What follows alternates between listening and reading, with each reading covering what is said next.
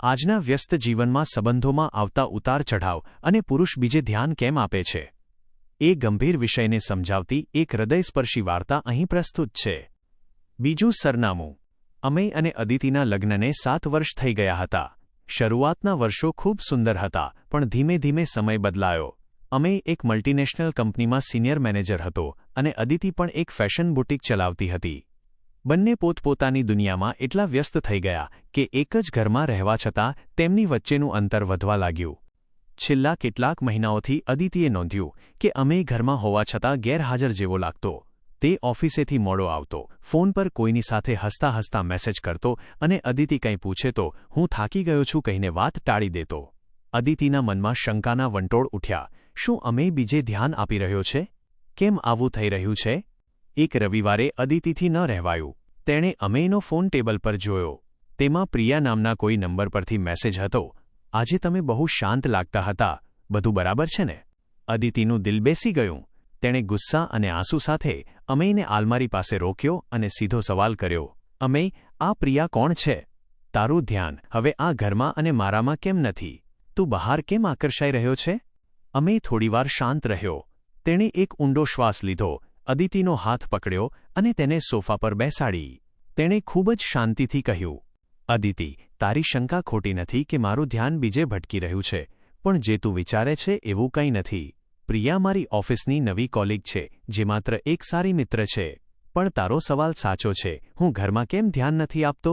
આજે હું તને સાચે સાચું કારણ જણાવવા માંગુ છું. અમેયે અદિતિની આંખોમાં જોઈને 3 મુખ્ય વાતો કહી. 1.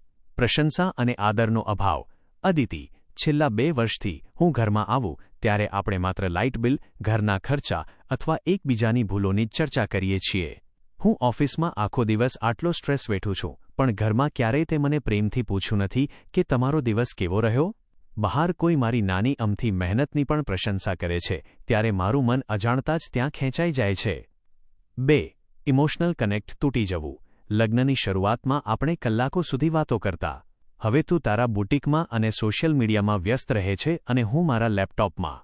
પુરુષ માત્ર શારીરિક રીતે નહીં, પણ માનસિક રીતે પણ એકસાથી ઝંખે છે. જ્યારે ઘરમાં એ માનસિક શાંતિ અને સંવાદ નથી મળતો, ત્યારે મન બહાર કોઈ એવા વ્યક્તિ તરફ વળે છે જે આપણને સાંભળે છે. 3. હંમેશા નકારાત્મક વાતાવરણ. હું જ્યારે પણ ઘરે આવું ત્યારે તારા ચહેરા પર એક ફરિયાદ જ હોય છે. પુરુષ સ્વભાવથી એવા સ્થળે જવા માંગે છે જ્યાં તેને ખુશી અને પોઝિટિવિટી મળે, નહીં કે સતત ટોણા કે કિટકિટ. અમેયની વાતો સાંભળીને અદિતિ સ્તબ્ધ થઈ ગઈ. તેને સમજાયું કે અમેય કોઈ ખોટા રસ્તે નહોતો, પણ તે ઘરમાં જે ખાલીપો અનુભવતો હતો તેને ભરવા માટે તેનું મન બહાર ધ્યાન આપતું હતું. પુરુષો ઘણીવાર માત્ર નવા આકર્ષણ માટે નહીં, પણ માનસિક હૂંફ, સન્માન અને કોઈ આપણને સાંભળે છે એવા અહેસાસ માટે બહાર ધ્યાન આપવા લાગે છે. અદિતિએ અમેયનો હાથ પકડીને કહ્યું, મને માફ કરી દે અમેય. સંબંધ સાચવવાની દોડમાં હું એ ભૂલી જ ગઈ કે તને એક પત્નીની સાથે એક સાથીની પણ જરૂર છે. તે દિવસથી બંને એક નિયમ બનાવ્યો. રોજ રાત્રે અડધો કલાક ફોન અને કામ બાજુ પર મૂકીને માત્ર એકબીજા સાથે દિલ ખોલીને વાતો કરવી. અમેયનું બીજે ભટકતું ધ્યાન ફરીથી પોતાના ઘર પર સ્થિર થઈ ગયું, કારણ કે હવે તેને એ બધું જ ઘરમાં મળવા લાગ્યું હતું જેની તેને તલાશ હતી. બોધપાઠ. પુરુષનું ધ્યાન બીજે આકર્ષાવાનું કારણ હંમેશા નવો પ્રેમ નથી હોતો. ઘણીવાર ઘરમાં મળતો માનસિક તણાવ, પ્રશંસાનો અભાવ અને સંવાદની કમી તેને બહાર શાંતિ શોધવા મજબૂર કરે છે. જો ઘરમાં જ પ્રેમ અને આદર મળે તો કોઈ પુરુષ બહાર નજર નથી નાખતો.